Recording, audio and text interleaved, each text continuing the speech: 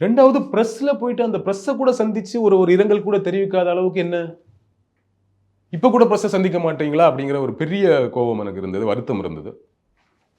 8:30 மணிக்கு சம்பவம் நடந்திருக்கு. ரொம்ப கூலா 11:15 வந்து ட்வீட் போடுறாரு. இதை நொறுங்கி இருக்கு.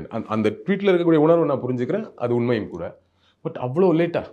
இவ்வளோ டைம் எடுத்துக்கணுமா? பட் இதற்கு அவரோட ஆதரவாளர்களும் எல்லாரும் சொல்லக்கூடிய விஷயம் இல்ல, அவர் பேனிக் ஆயிட்டாரு. அவர் அதை எப்படி ஹேண்டில் பண்ண தெரியல. அவருக்கு இதெல்லாம் பழக்கம் இல்ல. இஷ்யூஸ் எல்லாம் தினசரி பழகிட்டாங்க இருக்காங்க. இப்போ செந்தில் பாலாஜி அங்க போய் நிற்கிறாருன்னு வச்சுக்கோ. செந்தில் பாலாஜி இதே மாதிரி ஒரு இன்சிடென்ட் இதுக்கு முன்ன ஃபேஸ் பண்ணாரா? இப்படி ஒரு கிரௌட்ல ஒரே நாள் 30 பேர் 40 பேர் இறந்து போறத அவர் ஃபேஸ் பண்ணாரா? இஷ்யூ நடந்துருச்சு, நம்ம போகணும், அதான் நம்ம வேலை. அந்த தொகுதி எம்எல்ஏ அவருங்க, அவர் ஊர் அது, அவர் தான் போகணும் இல்லையா? ஸோ அவர் போறாரு. ஏன் எடப்பாடி அவர்கள் இமீடியட்டா வந்து பிரஸ் மீட் கொடுக்குறாரு? விஜயபாஸ்கர் போய் பக்கத்தில் இருக்கிறதுனால, அரியலூர்ல இருக்கிறதுனால உடனே போய் பார்க்க சொல்றாரு. அவர் அங்கே போறாரு. ஸ்டாலின் அவர்கள் கிளம்பி இமீடியட்டா இங்க ஒரு கூட்டம் நடத்துறாரு, ஒரு ஆலோசனை கூட்டம் நடத்துறாரு, போறாரு. உதய் அங்கேருந்து துபாய் பிளான் கேன்சல் பண்ணிட்டு வராரு. இன்னைக்கு கனிமொழி வந்துட்டாங்க. எல்லாரும் மாசு போறாரு. அன்பில் மகேஷ் போயிட்டாரு, அந்த பக்கத்தில் இருக்கிறாரு.